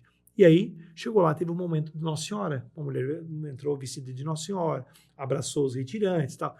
E ele foi abraçar Nossa Senhora. Ele ficou mais de 15 minutos abraçado com a mulher. E ele foi contando para Nossa Senhora as coisas da vida dele. A mulher ficou chocada, a mulher começou a chorar. Depois ela veio contar para a gente. Nossa, a docilidade dele. Falou comigo como se ele estivesse falando com Nossa Senhora. E depois deixou para que experiência que eu tive com Nossa Senhora, pai, ela me abraçou, o abraço de Nossa Senhora, e ela foi falando, então, que experiência disso. Então, tu vê uma evolução de realmente crianças que podem evoluir e que tem todo sentido de evoluir, né? Evoluir no aprendizado, na convivência fraterna, na igreja, hoje ele é coroinha, o mais velho, a pequena não, porque eles têm muita competição, né? Entre eles. Então, eles competem o carinho do pai e da mãe, eles competem a atenção. Então, um bate no outro para poder chamar a atenção, para ser punido. Eles gostam de ser punido, porque viveram uma vida de punição. Então, agora, toda bronca tem que ser uma bronca que dizer, eu não vou te punir. Tu quer ser punido. E eles gostam de serem punidos. Porque é o que acostumou. Que acostumaram. Ali. Então, desconstruir a punição e construir o quê?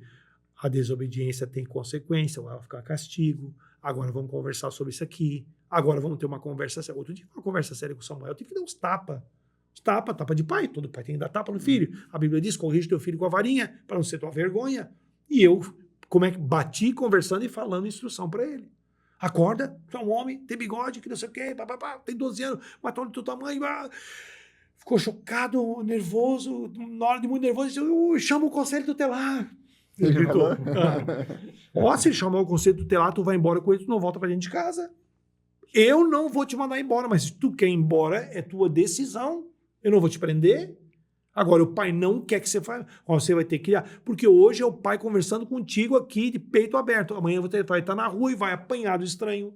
Vão te humilhar na rua, vão te falar. O pai quer te orientar para te ser um grande homem na vida. Acabou a conversa. Posso dar um abraço, pai?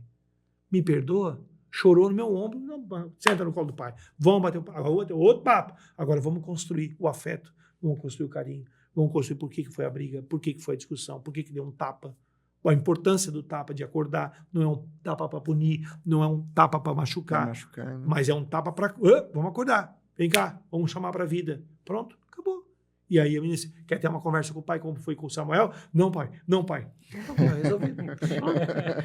O mais velho serve de exemplo. Sim, o pequeno é o que mais pede para apanhar.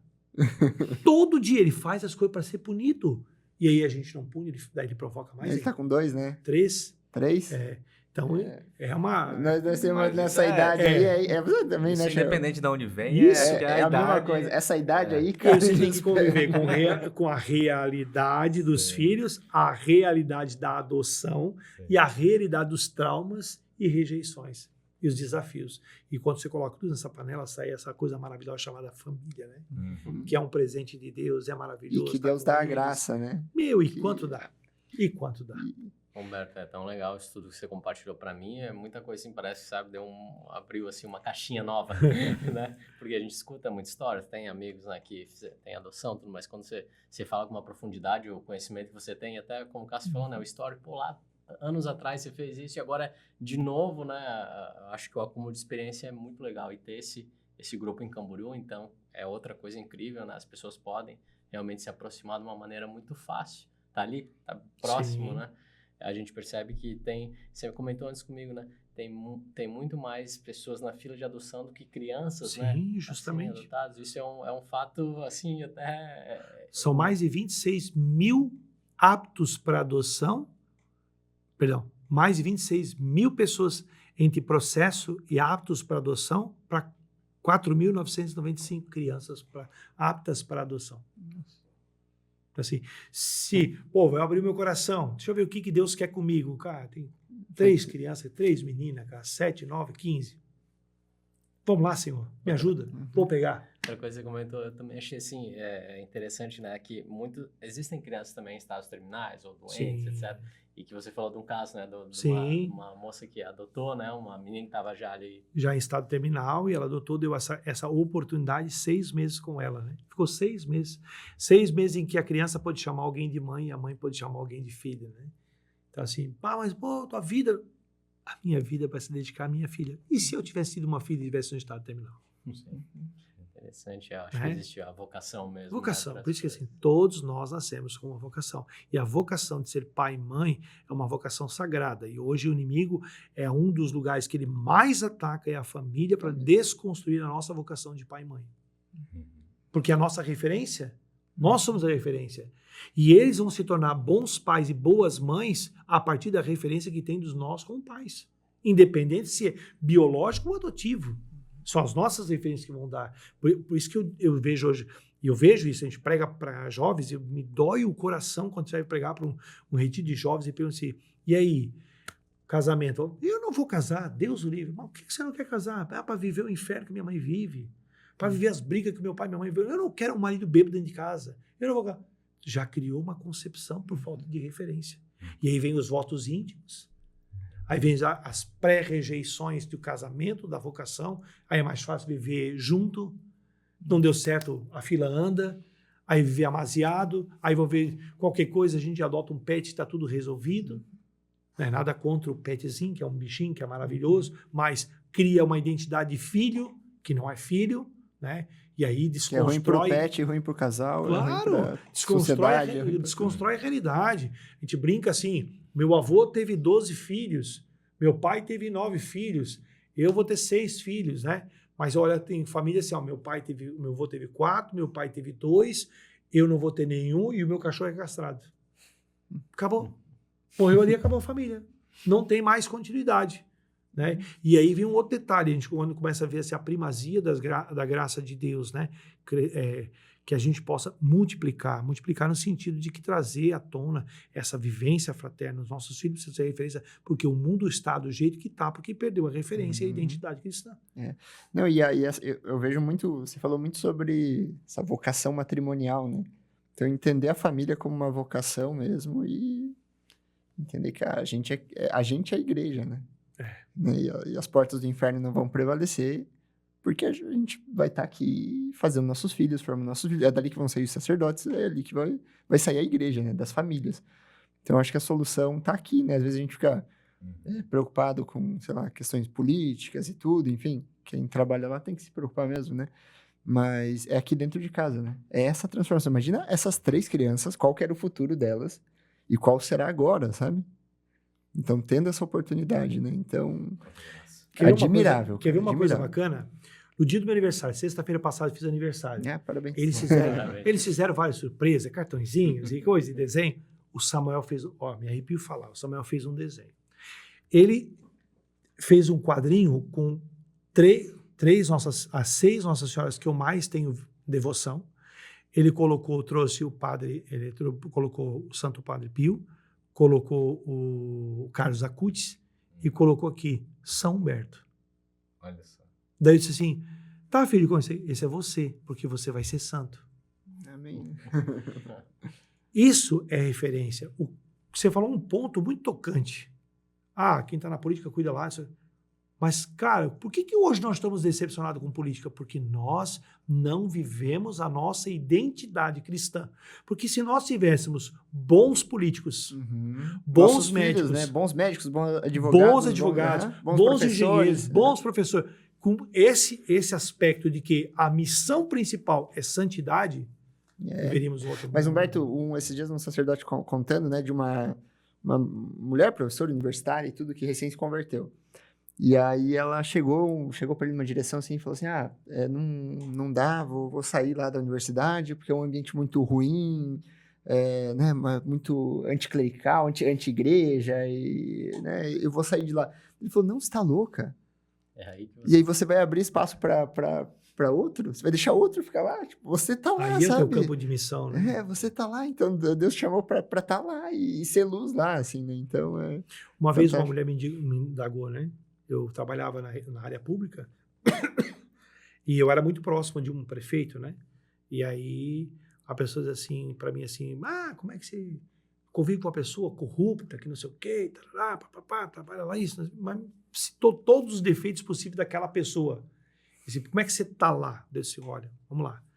Deus pediu para que a gente fosse sal e luz. Se Deus permitiu que eu estivesse lá, é porque Deus tem um propósito comigo para a vida daquela pessoa. E outra coisa, eu posso estar com ela, mas ela não precisa estar comigo. E outra coisa, o que ela faz da vida dela é da vida dela. Agora, eu preciso ser sal e luz e ser referência para aquela pessoa de como pode ser. Eu já tive empregos, como foi meu último emprego, que eu pedi para sair por conta de coisas que não coadunavam com a minha vida cristã. Então, assim, eu prefiro o paraíso. Vamos lá? Agora, eu preciso entender, se é para mim ficar ali para ser sal e luz, beleza, mas no momento em que aquilo pode me levar à minha perdição, eu preciso também abrir mão disso.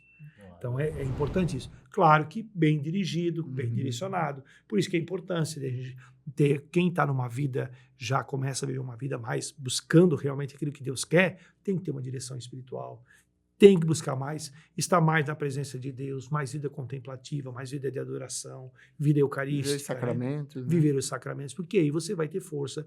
Hoje, pela madrugada, achei muito interessante que a Eliana Ribeiro estava no Rosário com o Frei Gilson, e ela diz assim, muita gente acha que esse rosário vai resolver os nossos problemas. Muito pelo contrário, né? Nós somos aqui para poder nos capacitar para atravessar os problemas. E a nossa vida é justamente isso. As provações virão, as lutas virão, as dificuldades virão, mas Deus vai nos capacitar a passar por eles, né? Então, essa é a virtude. E é dali que a gente tira força para tudo isso. Humberto, obrigado. Né? Como que a gente está, então, de tempo, a conversa iria, né? Vai embora, a gente né? pode fazer mais uma. Vamos, já deixar, a gente gosta de convidar enquanto está gravando, porque daí é mais difícil recusar. Não, com certeza, sempre aberto para poder aqui atender e estar junto com vocês. Eu queria fazer um pedido final para você. Na verdade, eu acho que uma forma de retribuir, né, essa tua generosidade, vir contar a tua história e abrir aqui, né, tudo sobre a tua família, que é muito admirável. É a gente pedir para cada um que assistiu aqui rezar uma Ave Maria pela sua família, né? Então, quem chegou até aqui, a gente também, né? A gente vai rezar por vocês e pedir para você deixar uma última mensagem, às vezes para algum casal que, cara, pode ter caído aqui de paraquedas e de repente não tem filhos, de repente já está com uma certa idade, ou enfim, nunca pensou nessa possibilidade da adoção. Assim. Pode dar uma mensagem para esse casal. Falando para as pessoas que estão nos ouvindo e, como você falou, eu sempre digo que não existem coincidências, mas providência. Eu vou dar um testemunho bem curtinho para poder deixar essa mensagem. Eu, durante muito tempo, eu vou retomar a partir de janeiro, que é a mensagem do céu. Então, a mensagem do céu, eu tinha lá mais de 7 mil contatos no meu WhatsApp, que todas as manhãs eu mandava uma mensagem motivacional, espiritual, para as pessoas. Então, tinha lá várias pessoas. Por onde eu passo no Brasil, as pessoas vão pegando, e eu não tenho por que não passar meu WhatsApp, rezo por elas, atendo. E aí, eu estava em Brasília, trabalhando em Brasília, e o meu voo saía às 6h05, e as minhas mensagens sempre eram entre 6 e 6h30 da manhã, que eu disparava as minhas mensagens nas minhas listas de transmissão. E o meu voo saía às 6h05, eu tinha que estar no aeroporto de Brasília às 5h05, uma hora antes. E aí eu tinha que sair do hotel 4 horas da manhã. Cara, como é que eu vou fazer isso para poder botar todas as minhas listas de transmissão, mandar isso aqui? Eu tenho que fazer ou agora, ou vai passar do horário, e depois eu não vou conseguir, vou chegar meio-dia em casa. E aí, não, vou fazer agora. Aí, enquanto estava lá me arrumando, fui disparando, disparei tudo. Entre 4 e 4h30 da manhã eu consegui disparar tudo. Então, meu táxi chegou, fui para o aeroporto e tal. Passado um certo tempo, uma pessoa me chama no WhatsApp assim, eu queria dar um testemunho. Eu disse assim, pois não. há mais ou menos tanto tempo atrás, eu disse que eu não tinha mais sentido a minha vida e eu resolvi me suicidar. Eu resolvi me matar, tirar minha vida, preparei tudo, uma forca no meu quarto, e aí chegou lá, eram quase 4 horas da manhã, eu deixei tudo preparado, meus pais já estavam dormindo, era uma moça, e ela disse assim, e eu botei a cadeira para botar me enforcar, e eu disse para Deus assim, se tu existe, se tu queres alguma coisa da minha vida, eu te dou 10 minutos para me dar uma prova. Em 10 minutos tu me dá uma prova, eu vou me matar. E ela subiu na cadeira, quando ela estava na forca, ela acendeu a luz do celular dela. E já, uma mensagem chegar para ela, às 4 e pouco da manhã, é um sinal de Deus. Ela desceu da corda e botou. E a mensagem dizia assim, Deus te ama e tua vida é preciosa. E Ele está te dando mais uma oportunidade de viver. E eu estou te testemunhando porque você me tirou da morte com a tua mensagem nessa madrugada. E eu quero dizer para você que você não está aqui por acaso, nem de paraquedas, onde quer que chegue esse podcast na tua vida, seja você pai, seja você mãe, seja você pretendente de ter filhos, às vezes muito pai e mãe tem o sonho de ser pai, estão pedindo para Deus uma graça, abra o teu coração para aquilo que Deus quer. Talvez você queira muito engravidar, muito, mas talvez Deus quer que você empreste muito mais o teu coração do que o teu ventre para uma gestação. E isso agrada o coração de Deus. E você talvez não imagina que talvez a tua missão seja salvar almas e levar uma alma daquela que já está perdida para o reino do céu. Então que Deus te abençoe e dê força para abrir o teu coração para Deus e deixar Ele falar e te orientar o que Ele quer, porque sempre o que Deus quer é o melhor para nós. Deus te abençoe. Obrigado. Fantástico. A gente vai deixar os seus contatos para quem quiser conversar com você também, saber mais sobre o grupo de adoção. Sim, a gente vai deixar aqui na descrição. E você que escutou aí, compartilhar também, mas fica à vontade. Não, eu só ia dizer para você que a gente está lá todo mês, lá em Camboriú, você daqui, ou se você mora em outra cidade e queria saber se tem na minha cidade, entre em contato que a gente não passa. conseguir indicar alguém, Isso, né? Conseguimos indicar. Perfeito. Bom, você ia dizer, pessoal, então compartilha esse episódio aqui. Agradecer o Léo, Cássio, Humberto mais uma vez e vamos, logo temos o próximo episódio aí com o Humberto. Obrigado, gente. Obrigado. Valeu, até Com a certeza. próxima. Obrigado.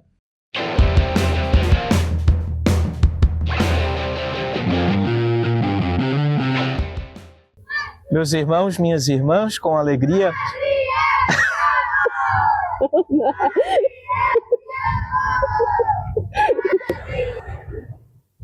Meus irmãos, minhas irmãs, nós acabamos de completar mais um pedacinho da nossa obra, enchendo mais alguns blocos de fundação com 16 metros cúbicos de concreto nessa tarde. Quero agradecer a todas as pessoas que já estão contribuindo com a nossa obra, os nossos benfeitores, construtores, e pedir que a gente continue trabalhando, que você continue ofertando, para que a gente possa logo tirar a nossa igreja